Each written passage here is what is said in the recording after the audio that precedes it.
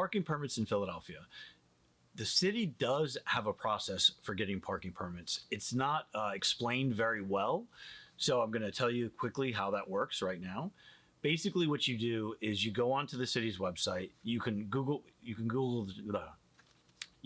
the term Philadelphia moving truck permits. You can also give us a call or email us. We'll be happy to send you the link. Contact at Eversafe Moving, or our phone number 215-821-8547. But basically what you do is you go onto the city's website and you apply for a certain date and time for a moving permit.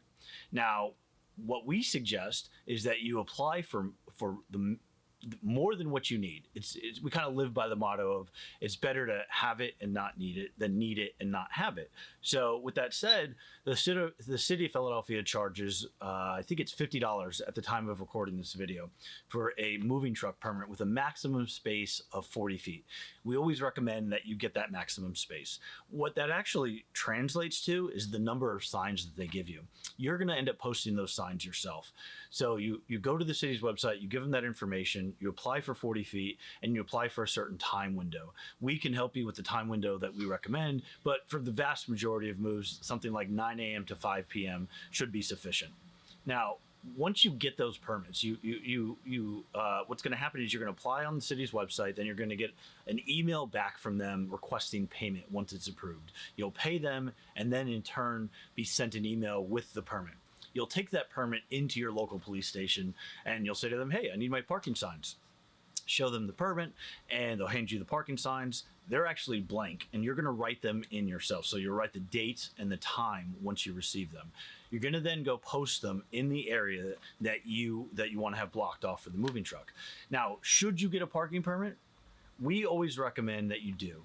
Not every street realistically absolutely needs it. However, the energy put into getting the permit can cause a lot of issues not to occur. So it's always a good idea to have a permit. Once you post the signs,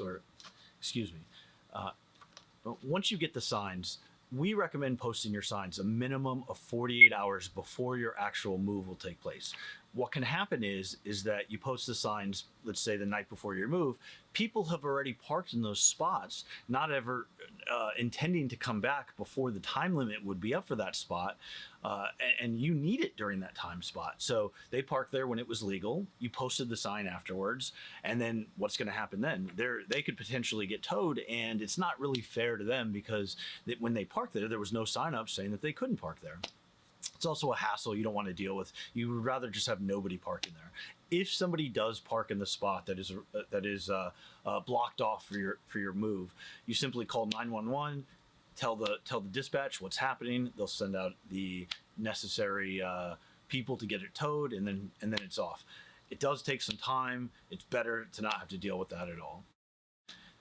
The interesting thing about the parking signs or the parking permits is that you cannot take any spot on the street and turn it into a reserved parking spot. It specifically only allows you to reserve legal parking. So we've had people put them up in bike lanes or no parking zones or whatever, and it's really becomes something that we can't use anyway.